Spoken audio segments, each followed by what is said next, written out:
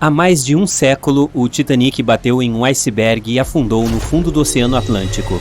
Das 2.240 pessoas a bordo, apenas cerca de 700 sobreviveram.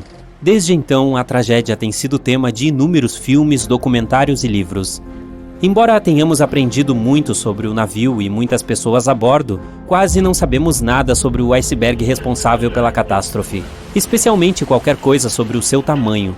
Mas talvez possamos encontrar algumas pistas. O Titanic foi construído pela White Star Line como parte de sua nova frota de navios de passageiros. Na época, era o maior navio já construído, e fez jus ao nome. Ele tinha 270 metros de comprimento, o equivalente a 2,5 campos de futebol colocados lado a lado, e 53 metros de altura, o que equivale a 10 girafas em pé uma sobre a outra. Da linha d'água até o convés, o barco tinha 18 metros de altura, quase a altura de um prédio de 4 andares. O Titanic era grande o suficiente para ter cafeterias com varanda, restaurante, sala de leitura e escrita, banho turco, academia e quadras de squash. Havia até espaço para uma piscina. O navio poderia transportar um total de 3.300 pessoas, incluindo 2.435 passageiros e 900 tripulantes. Embora o luxo fosse importante, a segurança era primordial. O Titanic foi projetado para ter 16 compartimentos estanques abaixo do convés. Se o casco do navio fosse de alguma forma comprometido em um acidente, até 4 desses compartimentos suportariam a invasão de água, enquanto os 12 restantes manteriam o navio flutuando. Philip Franklin, vice-presidente da White Star Line, disse que era isso que tornava o navio verdadeiramente notável. Acredita-se que o homem tenha dito: "Não há perigo de que o Titanic afunde, o barco é inafundável, e nada além de inconvenientes serão sofridos pelos passageiros." Ele estava tão errado. O navio deixou a Inglaterra para sua primeira e derradeira viagem em 10 de abril de 1912, e bastou um único iceberg para derrubar aquela poderosa embarcação. Os icebergs são fascinantes. Eles se formam durante um processo de desagregação, quando grandes pedaços de gelo de água doce se soltam das geleiras e flutuam em águas abertas. Eles lentamente derretem e desaparecem. No hemisfério norte, a maioria desses icebergs vem da Groenlândia. No sul, eles vêm da Antártida. O que você vê sobre a superfície da água é apenas uma pequena porção de um iceberg. Daí a expressão "é apenas a ponta do iceberg". A maior parte, até 90%, fica escondida sob a água. Somente examinando as fotos da coisa toda você pode realmente apreciar como os icebergs são enormes. É a parte escondida do iceberg que costuma ser a mais perigosa. Sob as ondas pode ter bordas irregulares em lugares aleatórios. É fácil um navio bater sem perceber, resultando em sérios danos ao fundo do casco. E não são apenas os grandes icebergs que requerem atenção. Os menores, que são mais difíceis de detectar, podem ser igualmente perigosos. Growlers e pedaços de bergia são pequenos pedaços de icebergs em desintegração. Um growler, por exemplo, tem menos de 2 metros de comprimento, com um pouco mais de 1 metro aparecendo acima da água. E um pedaço de bergia tem menos de 4 metros de comprimento. O perigo dos icebergs era bem conhecido quando o Titanic partiu.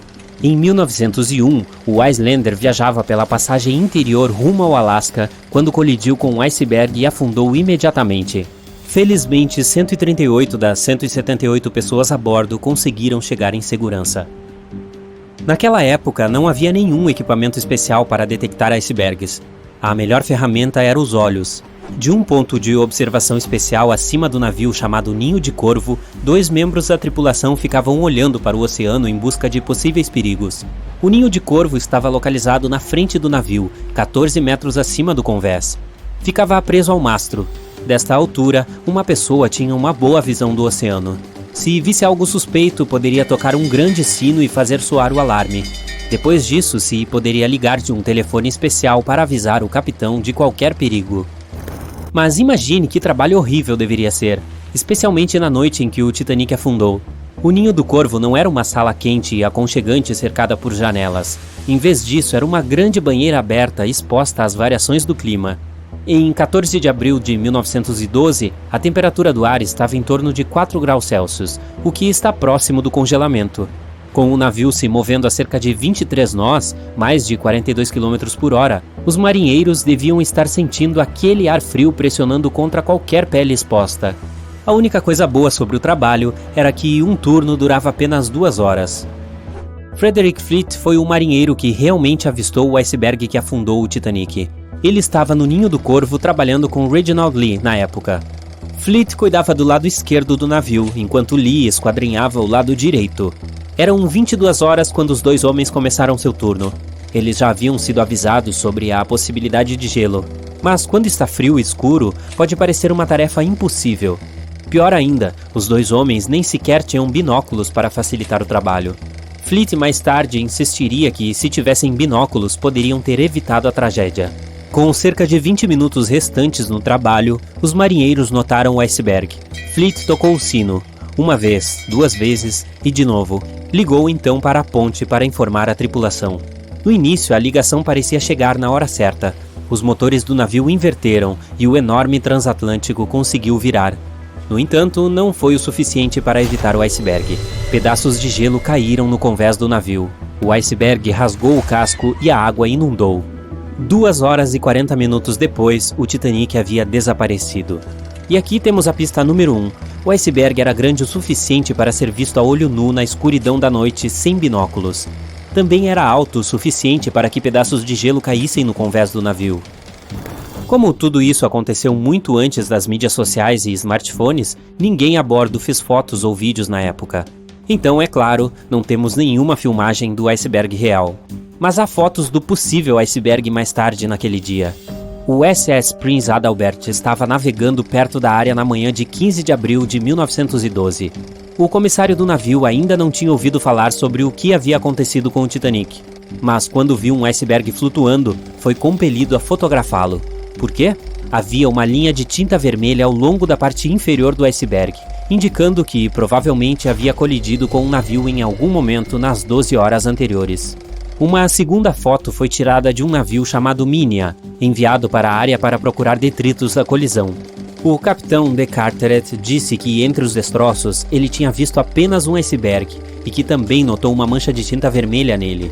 A partir das fotos e relatos de testemunhas, reportagens de jornais estimaram que o iceberg tinha entre 15 e 30 metros de altura e 61 a 122 metros de comprimento. Essa é a pista número 2.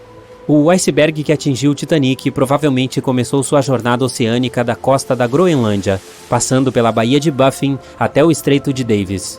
Daqui deve ter deslizado pelo Mar do Labrador e finalmente chegado ao Atlântico. E isso por si só é bastante impressionante. As geleiras da Groenlândia criam entre 15 mil e 30 mil icebergs por ano. Alguns pequenos, alguns grandes. Destes, apenas 1% chegará ao Atlântico. Os outros simplesmente derretem ao longo do caminho. Sabemos que a temperatura do Oceano Atlântico, onde ocorreu o naufrágio, era de cerca de menos 2 graus Celsius, portanto abaixo de zero. Para os humanos, isso pode causar congelamento ou hipotermia. Mas essa temperatura é realmente quente para um iceberg. A maioria duraria apenas 2 a 3 anos no Atlântico Norte, derretendo lentamente em águas mais quentes. Com base nisso, é provável que o iceberg do Titanic tenha deixado a Groenlândia em 1910 ou 1911 e tenha derretido totalmente no final de 1912 ou 1913. Como chegou ao Atlântico e conseguiu causar danos significativos ao navio? Para isso, temos a pista número 3. Nunca saberemos com certeza o tamanho do iceberg daquele dia, mas sabemos que definitivamente não era um growler, nem tampouco um pedaço de bergia. Ambos são muito pequenos, e se o gelo realmente se espalhou pelo convés durante a colisão, o iceberg deveria ter um pouco mais de 18 metros de altura. As estimativas do jornal são provavelmente o mais próximo que podemos chegar. O iceberg que derrubou o Titanic era realmente formidável, e os icebergs ainda são uma ameaça. Ainda em 2007, o navio de cruzeiro Explorer atingiu um e afundou no Mar de Weddell, na Antártida. Felizmente, todos sobreviveram. A Patrulha do Gelo Internacional foi criada em 1914, após o naufrágio do Titanic. A organização ainda está em funcionamento hoje, composta por representantes de vários países. Usando aviões e radares, a patrulha localiza e rastreia icebergs maiores, disponibilizando informações para quem precisa e evitando outras tragédias oceânicas. Um feixe de luz elétrica fura a escuridão sobre as águas calmas do Oceano Atlântico. O Titanic segue silenciosamente abrindo caminho através das ondas. Seus passageiros estão dormindo quando, de repente, um contorno branco monstruoso é iluminado pelo feixe de luz. O fatídico iceberg está prestes a rasgar a lateral do lendário navio. –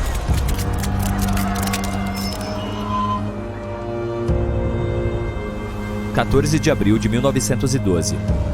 Apenas 2 dias antes de alguém tirar uma foto de um iceberg gigante com uma forma elíptica bastante incomum. Acontece que esse iceberg provavelmente se formou da neve que caiu há 100 mil anos. Os pesquisadores usaram modelagem computacional para descobrir sua origem. Eles usaram dados de 1912 e adicionaram algumas novas informações sobre ventos e correntes oceânicas, e concluíram que o iceberg provavelmente fazia parte de um pequeno aglomerado de geleiras no sudoeste da Groenlândia. Hoje em dia, é possível calcular as rotas de icebergs, mesmo no passado. O infame pedaço de gelo estava a caminho da Groenlândia para uma área mais ao sul de Cornualha. Se o navio tivesse partido apenas 2 dias depois, o iceberg teria se afastado do ponto em que eles colidiram. No início, o peso do iceberg mais famoso do mundo era de 75 milhões de toneladas. Com o tempo, foi derretendo lentamente. E quando afundou o Titanic, seu peso era de apenas 1,5 milhão de toneladas. No momento da colisão, provavelmente já estava derretendo há meses, mas ainda era enorme. Quando o Titanic afundou, o iceberg tinha 120 metros de comprimento e 30 metros de sua superfície estavam acima da água. Algumas pessoas acreditam que foi uma superlua que causou o naufrágio do Titanic. Naquela noite, houve um raro evento lunar, algo que não acontecia há 1.400 anos. Em condições normais, o iceberg não teria se deslocado tão para o sul, sem derreter e perder a maior parte de sua massa. Mas a superlua pode ter causado uma maré excepcionalmente alta, que afastou o iceberg da geleira muito mais rápido do que o habitual. Existe um tipo específico de bactéria que consome lentamente os restos do Titanic. Corrosão do sal, correntes oceânicas, temperaturas congelantes e esse micro-organismo que come ferrugem podem consumir todos os destroços. A atriz americana Dorothy Gibson estava a bordo do Titanic. Ela sobreviveu e, quando chegou a Nova York, começou quase que imediatamente a gravar um filme chamado Saved from the Titanic. O filme foi lançado apenas um mês depois que o Titanic afundou. E no filme, ela até usou os mesmos sapatos e roupas que usava durante o desastre na vida real. O filme foi um grande sucesso naquela época, mas a única cópia conhecida foi destruída em um incêndio. 14 anos antes do Titanic afundar, foi publicada uma novela literária chamada Futilidade ou Naufrágio de Titã. Ela parecia prever todo o evento. O enredo teve como centro um navio fictício chamado Titã, que afundou durante uma viagem. O Titã tinha quase o mesmo tamanho do Titanic, e ambos naufragaram em abril. E também por baterem um iceberg. Tanto o navio real quanto o fictício eram descritos como inafundáveis, e ambos tinham um número legalmente exigido de botes salva-vidas, que, como se viu mais tarde, não era nem perto do suficiente. No filme, vimos algumas histórias de amor, mas elas também aconteceram na vida real no Titanic. 13 casais estavam viajando no Titanic como parte de sua lua de mel. Um dos casais era dono da loja de departamentos Macy's, em Nova York. Quando ficou claro que o Titanic estava afundando rapidamente, a mulher se recusou a entrar em um bote salva-vidas sem o marido. Mas ele não queria se juntar a ela enquanto ainda havia mulheres e crianças que ele acreditava que deveriam ir primeiro. Então sua esposa deu seu casaco para sua empregada. Ela insistiu que a empregada deveria entrar no bote salva-vidas e queria que ela ficasse agasalhada. Quanto à mulher em si, ela decidiu ficar com o marido até o fim. Algumas pessoas acreditam que a causa do acidente foi uma múmia e não um iceberg. Tudo começou por volta de 1000 a.C., com uma mulher misteriosa que vivia no Egito, na Cidade dos Ladrões. As pessoas sabiam pouco sobre ela, mas a chamavam de sacerdotisa. Sua múmia foi colocada em um sarcófago de madeira e coberta com uma grande tampa com a imagem do seu rosto e algumas inscrições místicas. Ela permaneceu escondida até a primeira metade do século XIX, quando um grupo de moradores locais a encontrou acidentalmente e não sossegou até que, ninguém sabe como, a múmia desapareceu naquele dia sem deixar vestígios. Algumas décadas depois, um grupo de amigos ricos da Inglaterra viajou para o Egito e encontrou o caixão vazio da múmia com a imagem da sacerdotisa, cujos olhos escuros pareciam estar olhando para o vazio. Eles decidiram comprá-lo, mas o comprador desapareceu na mesma noite antes mesmo de receber o caixão. Todos os membros do grupo sofreram alguns acidentes. O caixão mudou de localização algumas vezes, até que, como alguns acreditam, acabou no Titanic. Levou mais de 70 anos para que um submarino robô encontrasse as ruínas desse lendário navio. Seus restos ficam a quase 4.000 metros abaixo da superfície do Oceano Atlântico, dividido em duas metades. Por que o casco se separou? Ninguém sabe exatamente. Alguns acreditam que isso aconteceu por conta da água que entrou quando o navio colidiu com o iceberg. A pressão era tão poderosa que separou o navio em duas partes, começando pela estrutura inferior. Outros dizem que foi devido aos rebites do casco. Eles tinham uma alta concentração de escória ou resíduos de fundição, e isso é algo que pode fazer com que o metal se parta. O navio, de modo geral, tinha muitas falhas, começando com o design. As anteparas estanques não estavam completamente seladas no topo, permitindo que a água fluísse entre os compartimentos e, no final, afundasse a embarcação. O ferro dos rebites do navio e o aço do casco acabaram arruinados devido ao alto teor de enxofre, às temperaturas frias e às altas velocidades. O aço quebrou e os rebites saíram com bastante facilidade. Por tudo isso, o Titanic afundou 24 vezes mais rápido do que se poderia esperar. Se o navio tivesse atingido o iceberg de frente em vez de bater com o lado, teria provavelmente permanecido à tona.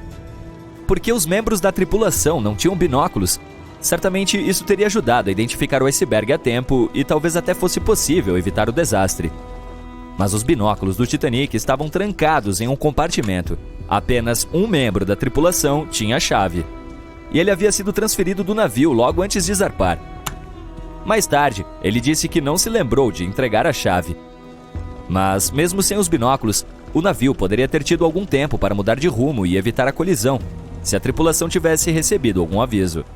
Mas aí é que está. Alguém os avisou. Cerca de 1 hora antes do incidente, um navio que estava relativamente perto do Titanic, o SS Californian, enviou uma mensagem para informá-los de que havia parado por ter avistado um campo de gelo denso. Mas o aviso nunca chegou ao capitão do Titanic. Alguns especialistas dizem que foi porque o operador de rádio não achou tão urgente. Mais tarde, o SS Californian disse que não recebeu uma ligação de ajuda do Titanic porque seu operador de rádio estava de folga. Alguns dizem que a tripulação do Titanic não conseguiu detectar o iceberg a tempo devido a uma ilusão de ótica. As condições atmosféricas naquela noite poderiam ter causado uma superrefração, o que poderia ter camuflado o iceberg. Afinal, ninguém realmente viu o iceberg até que estivesse perto demais do navio e sem tempo suficiente para mudar de direção e evitar o acidente. Nem sequer se passou 1 minuto inteiro entre o momento em que viram o iceberg e a colisão. Apenas 37 segundos. E o Titanic levou 2 horas e 40 minutos para desaparecer sob as ondas do oceano.